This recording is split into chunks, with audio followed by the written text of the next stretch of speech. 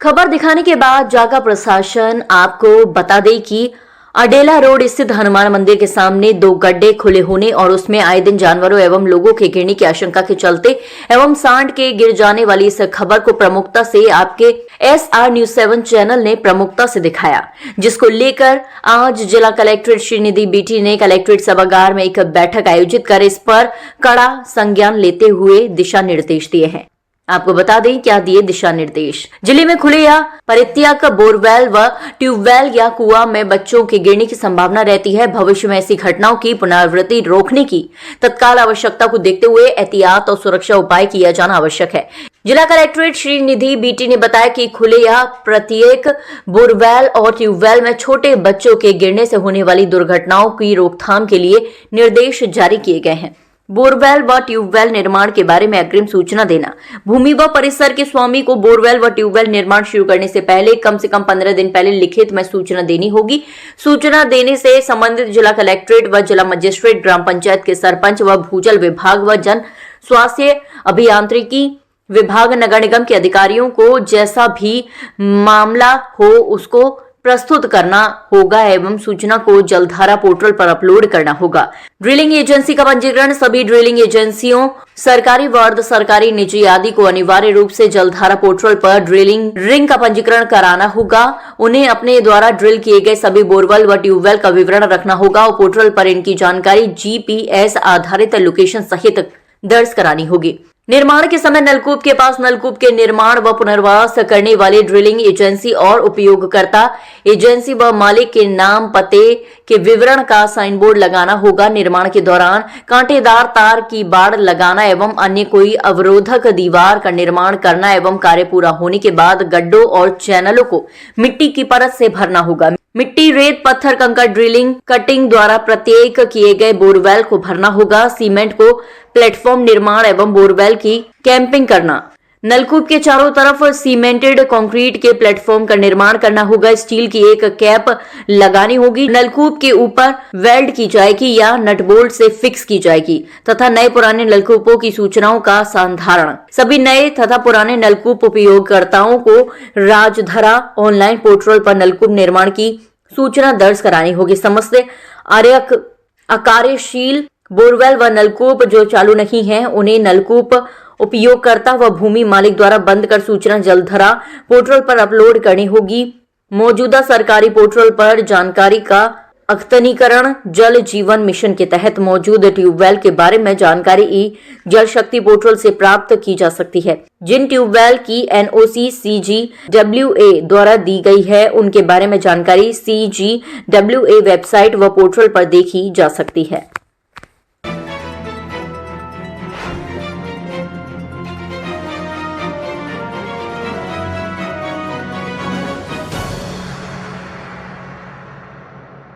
केंद्रीय राज्य मंत्री जल शक्ति मंत्रालय भारत सरकार राजभूषण चौधरी आज 2 दिवसीय धौलपुर दौरे पर पहुंचे। धौलपुर पहुंचने पर जिला कलेक्ट्रेट श्रीनिधि बीटी एवं जिला परिषद CEO IAS निवृत्ति ने उनकी आगवानी की। इस दौरान केंद्रीय मंत्री राजभूषण ने राजकीय मेडिकल कॉलेज एवं नवीन जिला चिकित्सालय का भ्रमण किया। उन्होंने राजकीय चिकित्सालय के PMO डॉक्टर विजय सिंह ने चिकित्सालय के हालात जाने। चौधरी ने ICU में जाकर मरीजों से भी चिकित्सा सुविधाओं के बारे में जानकारी ली। केंद्रीय मंत्री ने मीडिया से बातचीत में बताया कि धौलपुर जिला आकांक्षी जिला है और इस जिले में सरकार की जो योजनाएं चल रही हैं उनकी प्रगति के बारे में जानकारी ली जाएगी। इस मौके पर जिला अध्यक्ष सत्येंद्र बाराशर, भाजपा नेता डॉक्टर शिवचरण कुशवाहा सहित अन्य भाजपा कार्यकर्ता उपस्थित रहे। देखिए, ये हमारा एस्पिरेशनल डिस्ट्रिक्ट का विजिट होता है। देश में बहुत सारे एस्पिरेशनल डिस्ट्रिक्ट हमारे यशस्वी प्रधानमंत्री जी ने बनाया और जिसके विकास के लिए विशेष ध्यान दिया जा रहा है। तो सरकार की, केंद्र सरकार की कौन सी योजनाएं चल रही हैं, उसका क्या प्रोग्रेस है। तो ये एक सरकारी कार्यक्रम है जिसके तहत हम आकर के क्षेत्र में देखते हैं ग्राउंड पर क्या स्थिति है डेवलपमेंट का।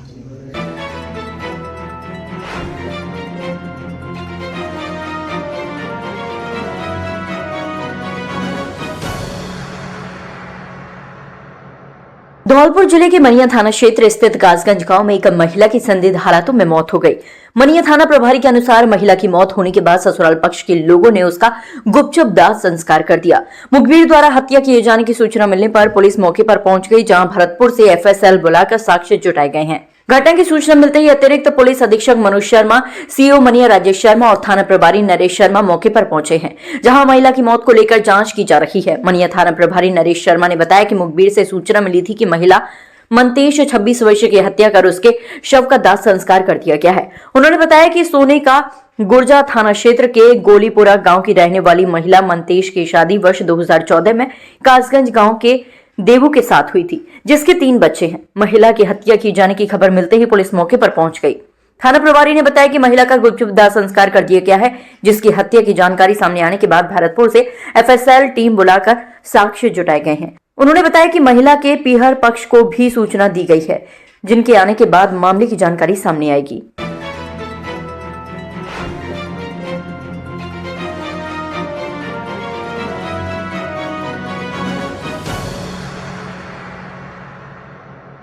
सोमवार दोपहर को जिला कलेक्ट्रेट और पुलिस अधीक्षक ने जिला कारागृह जेल का औचक निरीक्षण किया। इस निरीक्षण का मुख्य उद्देश्य जेल में व्यवस्थाओं का जायजा लेना और वहां की प्रशासनिक संचालन की स्थिति की जांच करना था।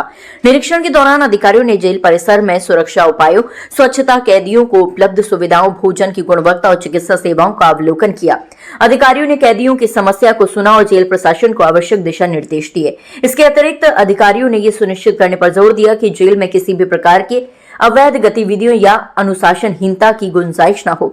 इस तरह के औचक निरीक्षण प्रशासनिक पारदर्शिता और सुशासन बनाए रखने की दिशा में महत्वपूर्ण भूमिका निभाते हैं।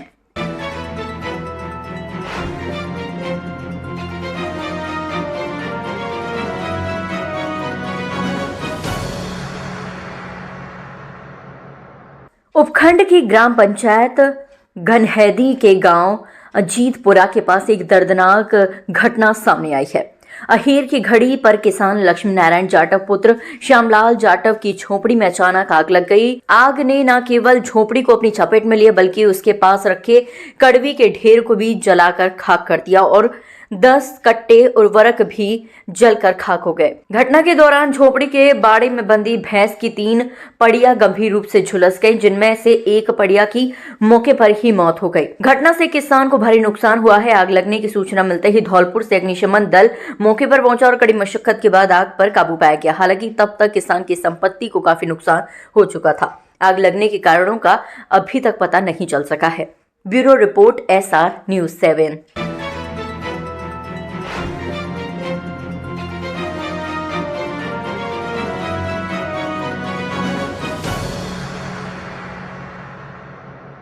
धौलपुर निहालगंज थाना क्षेत्र के जैन मंदिर के पास स्थित दिनेश मेडिकल स्टोर में रविवार शाम को चोरी की घटना सामने आई है। एक व्यक्ति ने दुकानदार के गले में रखे 40,000 रुपए पार कर दिए।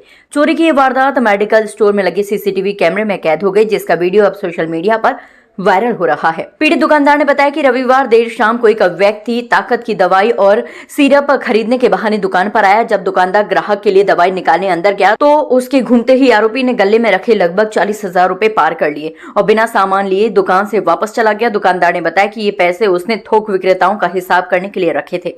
ग्राहक के चले जाने के कुछ समय बाद जब दुकानदार ने गले में पैसे देखे तो पैसे नहीं दिखे, तो उसने तुरंत सीसीटीवी फुटेज चेक की। फुटेज में आरोपी को 2 बार में पैसे निकालते हुए स्पष्ट रूप से देखा गया है। घटना की सूचना स्थानीय पुलिस को दी गई है। पुलिस ने सीसीटीवी फुटेज के आधार पर आरोपी की पहचान और गिरफ्तारी का प्रयास शुरू कर दिए हैं।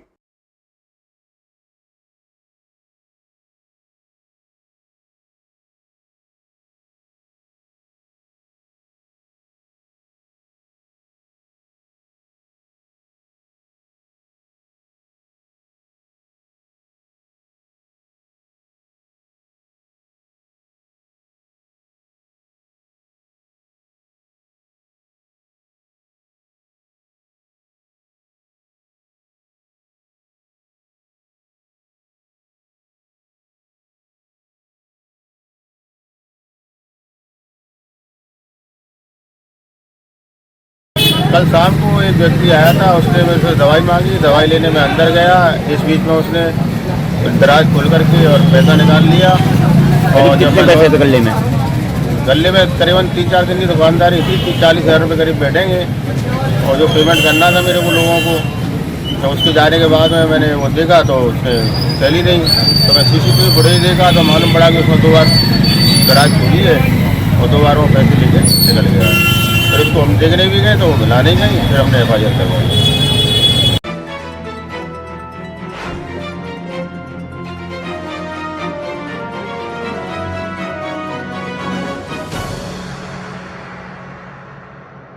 किंग कुंभ को लेकर जीआरपी पुलिस हुई एक्टिव, किसी भी यात्री को ना हो परेशानी, इसके लिए स्टेशनों पर लगाया अतिरिक्त फोर्स। जीआरपी पुलिस कर्मियों को कुंभ को लेकर दी गई ट्रेनिंग, स्टेशनों पर आरपीएफ की मदद से कराई जा रही है चेकिंग। यात्रियों की यात्रा सुगम हो इसके लिए किए जा रहे हैं अथक प्रयास। बाहर से आने वाले यात्रियों को उनके गंतव्य तक पहुंचाने के लिए लगाए गए अतिरिक्त पुलिसकर्मी। जीआरपी की तरफ से स्टेशनों पर दिन और रात्रि में कराई जा रही चेकिंग। देखिए, आप सभी को पता है कि उत्तर प्रदेश में 14 तारीख से ये कुंभ मेला हमारा पहला स्नान इसका स्टार्ट हो जाएगा। और कुंभ मेला क्योंकि एक बहुत ही महत्वपूर्ण पर्व है, इसमें देश विदेश से आने वाले पर्यटक एवं जितने पिलग्रिमेजेस हैं उनकी सुगम यात्रा हेतु जीआरपी पुलिस द्वारा अथक प्रयास किए जा रहे हैं, जिसके क्रम में सभी स्टेशनों पे हमने अतिरिक्त फोर्स मुहैया कराया है, जहां से भी स्पेशल ट्रेनें चलेंगी। अलग से हमने नाइट चेकिंग ड्राइव और दिन में भी चेकिंग को हमने बढ़ा दिया है, जिससे एंटी सबोटाज चेक हम ढंग से कर सकें। साथ ही साथ आरपीएफ की मदद से हम लोग डॉग स्क्वाड से भी चेकिंग करा रहे हैं और यात्रियों की सहायता हेतु हमने अपने कर्मियों को प्रशिक्षण भी दिया है, जो आने वाले किसी भी समस्या, यदि बाहर से कोई यात्री आता है तो उसको उसके गंतव्य स्थान तक पहुंचाने में मदद कर सकें। सीसीटीवी हमने रेलवे अथॉरिटी से बात करके थोड़े और सीसीटीवी कैमरा सभी स्टेशनों पे लगभग बढ़ाए हैं और इससे कहीं ना कहीं हमें ज़रूर सिक्योरिटी जो पैरामीटर है हमें उसको बढ़ाने में मदद मिलेगी। हमसे हमेशा जुड़े रहने के लिए चैनल को सब्सक्राइब करें और आप चाहते हैं कि हमारी हर खबर का नोटिफिकेशन आप तक पहुंचे तो बेल आइकन का बटन जरूर दबाएं। अगर चैनल सब्सक्राइब कर लिया है तो लाइक, कमेंट और शेयर करें।